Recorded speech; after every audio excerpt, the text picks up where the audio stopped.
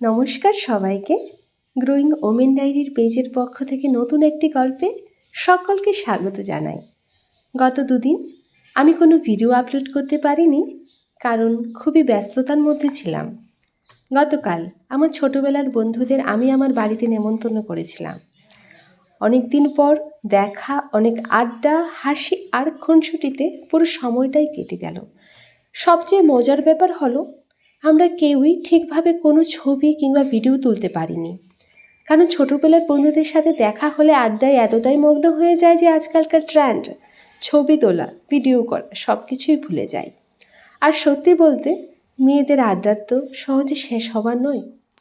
অনেক পুরনো গল্প, অনেক হাসি আর খুনসুটিতে কখন যে রাত হয়ে গেল বুঝতেই পারলাম না। খাওয়া দাওয়ার মেনুতে আমি বানিয়েছিলাম ভাত, ডাল, ভাজা, ডিমের ঝোল, চিংড়ি মাছের মালাইকারি, দই চিকেন, কাঁচা আমের প্লাস্টিক চাটনি, পায়েস আর মিষ্টি। সব কিছু রেকর্ড করা সম্ভব হয়নি। তার মধ্যে থেকে এই কাঁচা আমের প্লাস্টিক চাটনিটা রেকর্ড করেছিলাম। আমরা তো সবসময় টমেটো চাটনি কিংবা সাধারণ চাটনি খেয়ে থাকি, তাই ভাবলাম আমের সিজন চলছে, আম দিয়ে কিছু একটা ট্রাই করি।